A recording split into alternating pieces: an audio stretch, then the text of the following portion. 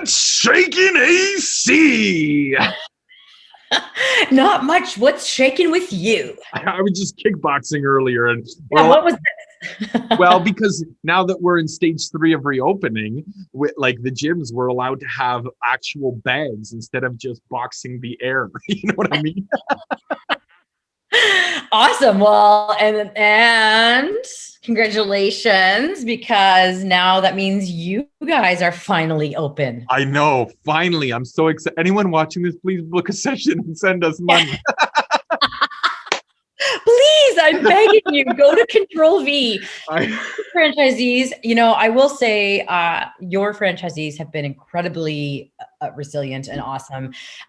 In fact, I would say out of all of the brands that I know and work with and have in our community, that yours definitely the functionality of the if that's the right way to put it, of the phases, or not the functionality, but the phases just didn't work for you guys. The fact that you couldn't open because you weren't classified and all that, like, that's nuts. So you guys really, here you go though, right? Let's go now. let's go. The gate is open. We've been chomping at the bit. We're like that horse in the rodeo that's just ready to go. And now we're going to get out in the ring and start kicking around. Do you think somebody should make, one of your developers should make a game about COVID, like where you about running from people that have COVID? You get a vaccine and then you get another vaccine, but you have to wait in between. Do you think anybody would play it? I honestly think there already is one like that. I've seen it. Wait for the movies to come out too. The pandemic movies. Oh my gosh. Okay. Well, anyway, let's get ranting. I have a topic that I want to rant, and you're the expert on this one this time. Okay. Yeah. Cryptocurrency. and I know you have those like 3 monitors behind you that are mining or something. And this all started, maybe, like, I will say you started talking about non-fungible tokens about like 6 or 9 months ago with our team. And we were like, what? The non-fungible, is he saying that right? And what is that? So I thought, why not mine your expertise here? Let's mine your expertise a little. Let's try to, I know for you it's hard because you are very a detailed person, but let's try to keep it simple, because I think that people need that, because this is like cryptocurrency 101. Okay. So we might do more of this. We might go deeper, but I might pull you back if you start to go, Okay. So let's start with how as succinct or simple as you can make this. What the heck, for our listeners, is cryptocurrency? Okay, so cryptocurrency is exactly what it sounds like. It's currency. It's something that you can use to buy other things. It's, in some cases, a store of value. The same way a dollar you can use to buy something, you can use cryptocurrency to buy something, a Bitcoin or an Ether or an ADA or whatever it is, right? Just like you have US dollars, Canadian dollars, you've got different types of currencies. One is physical, where you have like a cotton note. The other one is digital, that's represented by a long string of numbers. And you can use it to buy things. Okay, that was a really good, very good, A+. All right. Good. Well, you're not the student on this one. I'm the student. But I'll give you an A+. So, okay.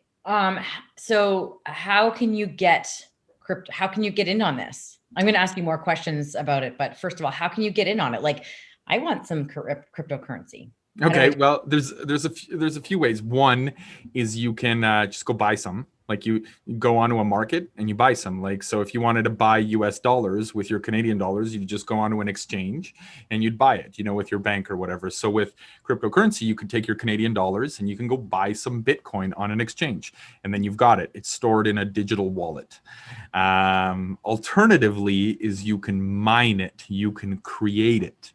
That is a really long story, because when you do mining, you do complex calculations that service a totally other initiative. They help create this thing called the blockchain, which in other words is like an internet, and it's used for other things. So by mining it, you provide power to this internet, and in exchange, you get a coin. It's called proof of work. You can also take your coin and you can freeze it in a bank, and that is liquidity. It provides liquidity for other people that are looking to trade it, and in exchange for that, you get coin as well. That's called proof of stake.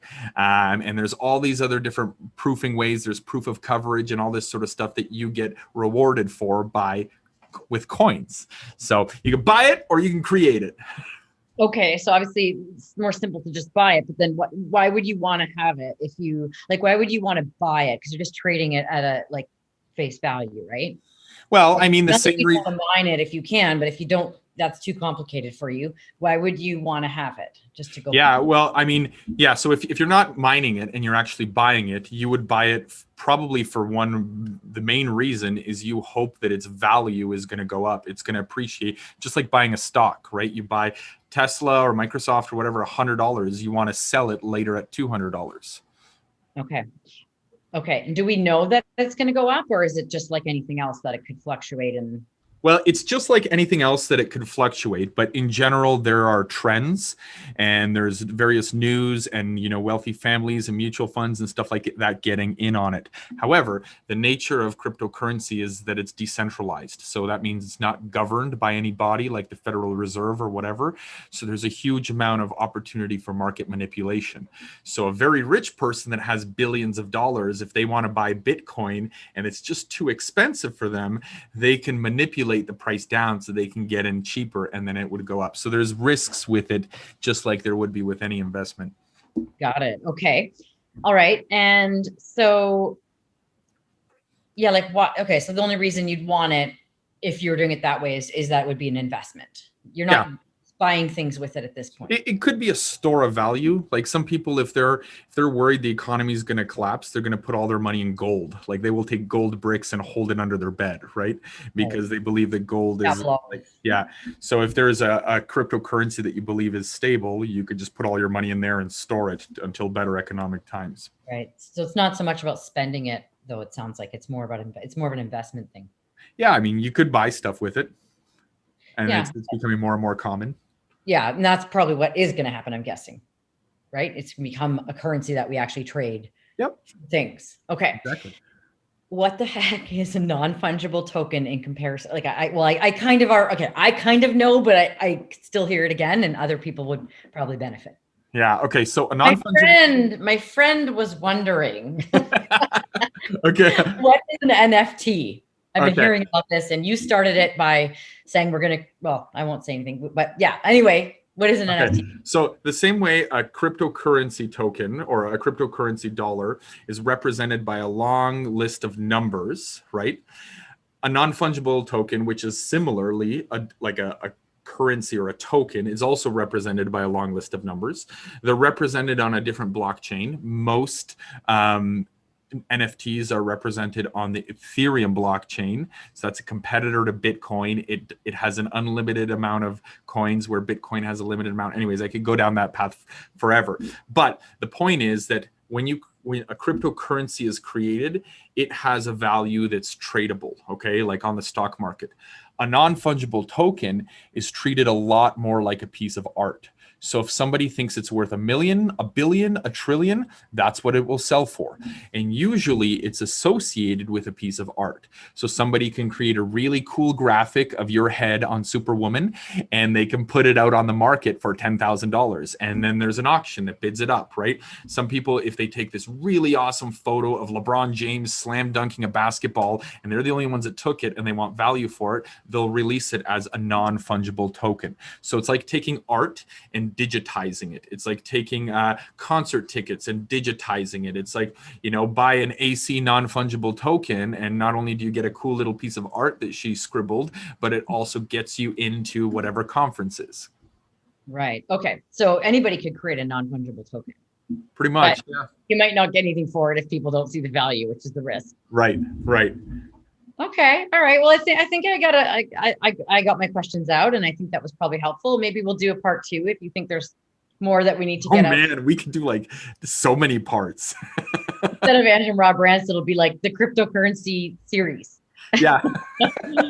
Okay. Let's wrap it up. All right. 1, 2, 1. Go be awesome.